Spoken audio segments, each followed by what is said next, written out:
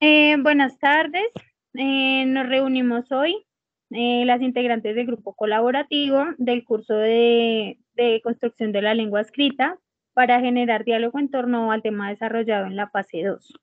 Entonces, voy a hacer una pequeña introducción con los nombres de quienes participamos en este encuentro. Mi nombre, Angie Natalia Galindo Pérez, y mis compañeras Jennifer Ayala, Jenny Castañeda, Laura Vanessa Calvo y Giselle Ramírez. Bueno, vamos a profundizar un poco en los temas desarrollados a través de las diferentes estrategias de los puntos que se exponían en la guía de actividades, a través de los cuales pues podemos vislumbrar cómo se desarrolla el lenguaje desde etapas tempranas de la vida, cómo se potencia, y también vamos a poder analizar algunas teorías de autores que pues con su trayectoria han dejado huella en la comprensión de cómo los niños construyen su lengua escrita. Entonces vamos a empezar con la compañera Jenny, que nos va a hacer introducción del primer tema trabajado, y en torno a él pues vamos a generar algunas opiniones. Ok, lo primero que trabajamos entre todas fue la secuencia, en cuanto al libro Morder y Leer, literatura para las primeras edades, en donde su autora Yolanda Reyes, a partir de su experiencia, nos habla cómo fomentar el amor por la lectura desde los primeros años de vida y cómo leer implica mucho más que decodificar signos. A raíz de la lectura que hicimos todas, encaminamos 3 etapas en el desarrollo en la primera infancia de los niños en cuanto a la lectura. La primera es cuando ellos son bebés, que pensamos que los niños no están leyendo, pero en términos generales ellos están leyendo todos los gestos, los movimientos y las entonaciones de las personas que los cuidan, de sus padres. Luego nos fuimos a la siguiente etapa, que son caminadores, cuando los niños ya empiezan a querer experimentar y coger las cosas, y debemos acercar a ellos los libros para que sean como sus juguetes, que ellos entiendan que los juguetes están a mano, y es en donde empieza a ser importante el rol del adulto educador para que empiece a tener un momento de lectura con los niños. Y al final, la etapa de explorador, en donde los niños empiezan a crecer su imaginación por medio de estos libros. Se empieza a ampliar el gusto por los libros, y en donde debemos mostrarle los diferentes géneros que tenemos para la lectura. Ok, bueno, como para generar una idea, una opinión, el taller también recalcaba la importancia de que desde el mes cero de vida de los niños, como papitos o cuidadores, les diéramos también como la posibilidad no solamente de explorar libros o la literatura a través de sus diferentes presentaciones, sino también de enseñarles a través del ejemplo. O sea, no es solamente como decirle al niño que es importante leer, sino que ellos vayan adquiriendo ese hábito por lo que ven en nosotros. Entonces, poder sentarnos a leer, pues lejos de pantallas y todo tipo de distracciones tecnológicas, y la importancia de realmente palpar los libros, ¿sí? Porque pues ahorita se ofrecen muchos textos y literatura digital, pero realmente no aporta los mismos beneficios que poder explorar un papel, por decirlo así, ¿sí? Entonces, la autora sí profundiza mucho en la importancia que nosotros como cuidadores o padres de familia tenemos en el desarrollo de ese hábito de la lectura, que no es pues meramente como instruirlos, sino que ellos puedan verlo ejemplarizado en nosotros. También pues es importante recalcar que el niño, como todos sabemos, es el principal protagonista de su propio aprendizaje. Metiéndonos más en la lectura, debemos como docentes y como padres no limitarle al niño, que el niño explore, que su imaginación vuele. Entonces, pues como docentes somos los líderes, somos los acompañantes del niño para guiarlo, más no para prohibirle nada, ni para decirle, ay no, usted tiene que hacer esto y esto, no. Más bien que el niño explore, que imagine. Entonces, pues sí sería bueno como docentes, pues desde ya tener ese punto de vista muy claro. También es muy interesante porque habla del tono de la voz. Dice que el libro va acompañado de el niño o la niña y de un adulto. Entonces dice que es muy bueno modular la voz, como desde la voz, que del lector que está con el niño va motivando al niño a entrar en ese mundo de la lectura, de las letras. Entonces ahí mismo él va imaginando, que es algo que vamos a ver más adelante, el niño se va emocionando y así poco a poco va adquiriendo un gusto por la lectura. Es muy bonito. Bueno, nosotros como docentes somos un eje orientador, no un eje de exigencia. Lo ideal es que pues, nosotros como docentes partamos de siempre de que somos un orientador y tener las herramientas y buscar estrategias para que el niño o niña emplee y bueno, y tenga como el gusto de la lectura. No es imponer, sino que el mismo niño explore, el mismo niño cree, imagine y desde ahí el niño pues haga un mundo diverso, porque pues los niños tienen una mentalidad muy, muy amplia, muy abierta en cuanto a imaginación. Entonces, para que el niño pues profundice ciertos gustos, porque cada niño tiene un gusto totalmente diferente. Entonces, lo ideal es que por medio de gustos e intereses de cada niño o niña, pues imparta el gusto por la lectura. Muy bien. Vamos entonces con Laura, que nos va a explicar el cuadro comparativo, el cuadro sinóptico. Bueno, como grupo realizamos las etapas, niveles y una hipótesis del desarrollo y aprendizaje de escritura. Hago un paréntesis y, como lo dije anteriormente,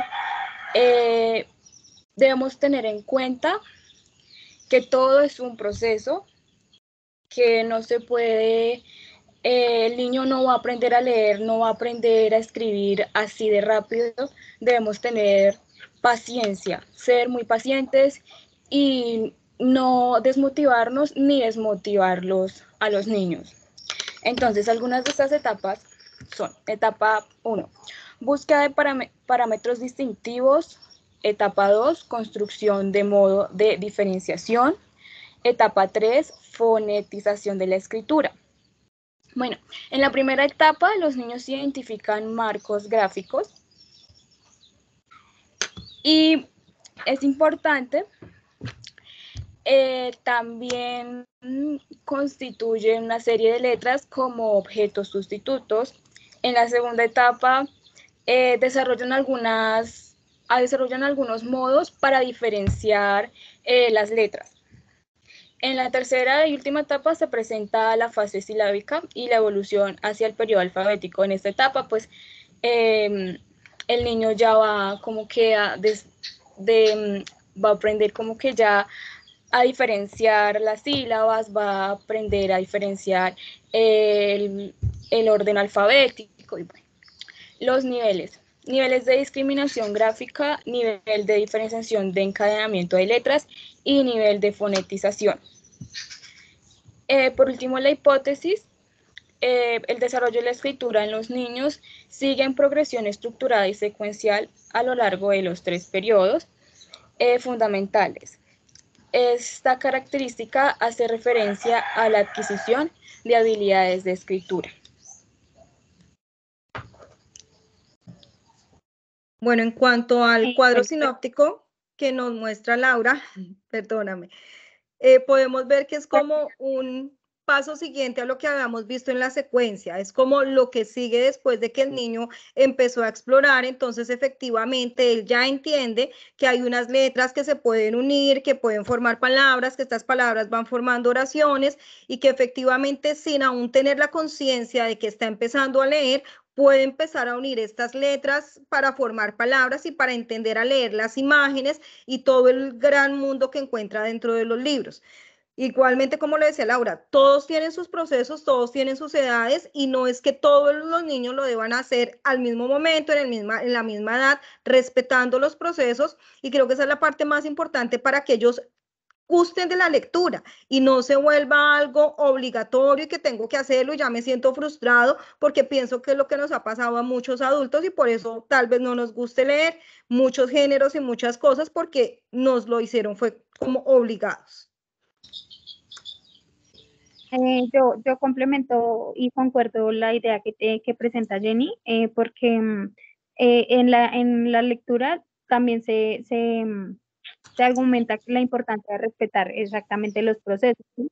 Y de reconocer que todos los niños no van al mismo ritmo. Entonces, lo que aprenda un niño depende mucho del entorno que se le ofrezca, ¿sí? O sea, no va a aprender de la misma manera un niño que siempre ha tenido acceso a la literatura y al que se le ha, digamos, como inculcado como ese hábito, a un niño que pues realmente los intereses de las personas adultas están puestos en otras cosas.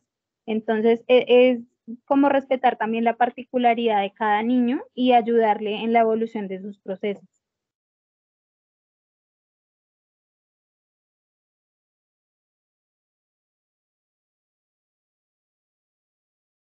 Bueno, también ahí en el texto hablaban que no, en muchas ocasiones se enseña lectura por un lado y escritura por otro, pero es algo que va a mantener conjunto el niño, ¿sí? Que ellos están buscando es que vaya en sincronía y así ir creciendo.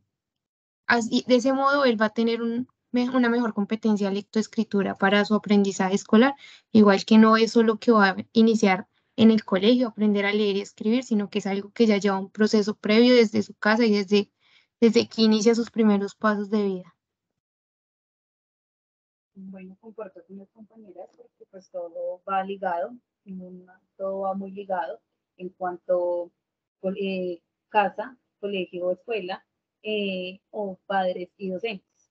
Todo va muy ligado, pero lo ideal es que todo sea un complemento para que el estudiante pues tenga buenas herramientas y pues allí se le facilite leer y se le facilita también escribir. Claramente, pues no siempre los niños cuentan con esos apoyos, desafortunadamente, pero pues digamos ahí entramos nosotros como docentes, buscar las estrategias y implementarlas de la mejor manera posible para que el niño de una otra manera, por más de que no tenga esas bases como tal de pronto en casa, las pueda tener en el colegio y pues aún así disfrute y goce del gusto de la lectura y la escritura. Muy bien. Vamos a continuar con el cuadro comparativo que nos va a explicar Giselle. Bueno, acá en este cuadro comparativo hay tres autores, Borsone, Johnson y Rodríguez, quienes nos muestran tres puntos de vista diferentes sobre el proceso de aprendizaje de la lectoescritura. Borsone, por ejemplo, nos propone que la lectura sea un aprendizaje natural, como lo es el habla.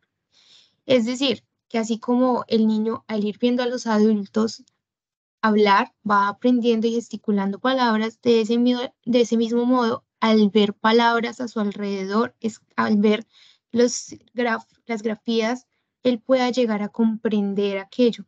Sin embargo, hay que tener en cuenta que no todos los niños tienen la misma capacidad de comprensión y eso va a ocasionar que hayan unos aprendizajes tardíos en la gran mayoría de los niños.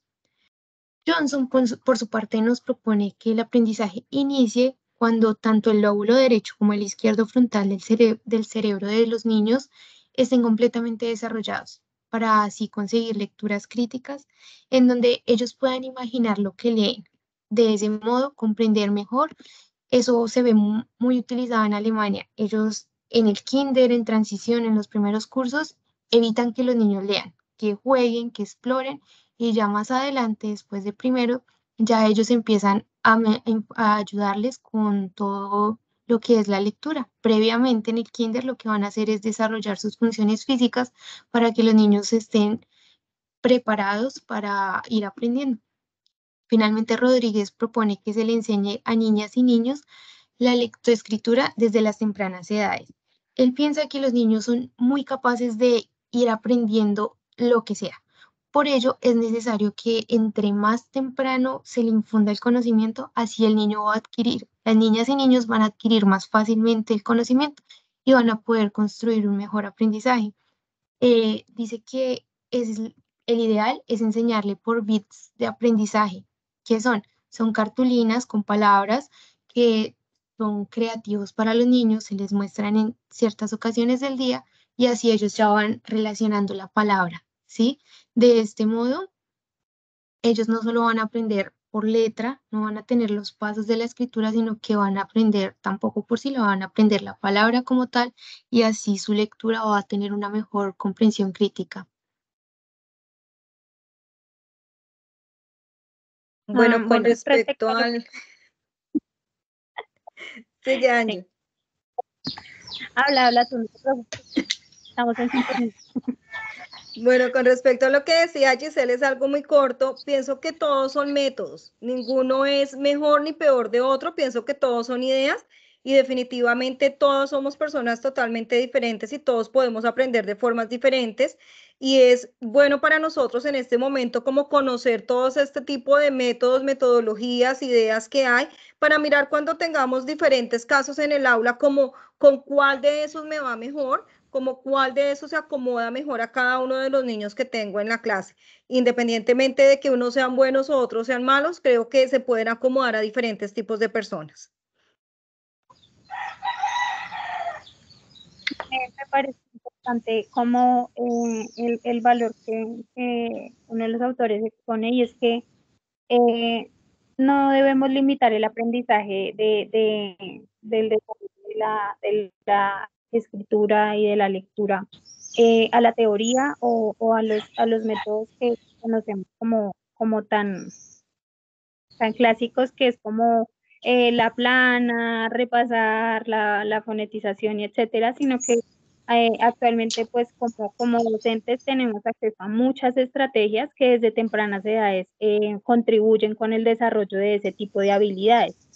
Entonces no es solamente como que el niño reconozca, sino que aparte también de pronto en concordancia con la primera autora que analizamos, y es la importancia de que los niños puedan leer las gráficas, o sea, que ellos puedan deducir una imagen y una historia, crearse un escenario propio, relatar ellos mismos lo que su percepción les permite, pues con relación también a las experiencias propias.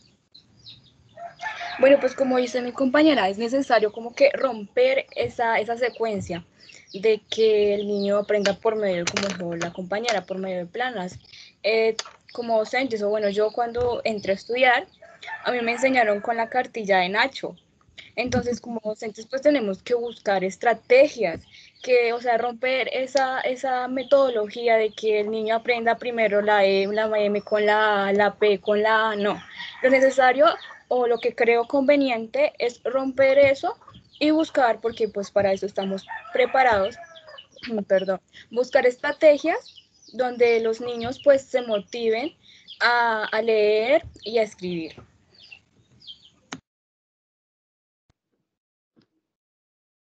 Dando conclusión a los temas tratados anteriormente, son de suma importancia, ya que permite que desde sus primeras etapas de infancia se comuniquen, desde sus inicios empiezan de una forma prelingüística. Esto quiere decir que los bebés se comunican por medio del llanto, balbuceos, expresiones faciales. De este modo se preparan para un lenguaje oral. Ya continúan la etapa lingüística, en donde inician con sus primeras palabras y donde se estimula para que fortalezcan su habla y su escritura. Y asimismo, permite desarrollar diferentes habilidades como la imaginación, creatividad, pensamiento lógico. Como rol docente somos partícipes de estos procesos tan importantes y de acuerdo a sus etapas se va fortaleciendo el lenguaje por medio de palabras, interpretación de textos. De este modo propiciamos la importancia de la lectura y de acuerdo a cada docente está en implementar estrategias necesarias de acuerdo al grupo de estudiantes que se presentan en el salón de clase. Agradecemos su atención prestada. Muchas gracias. Gracias. Gracias a todos.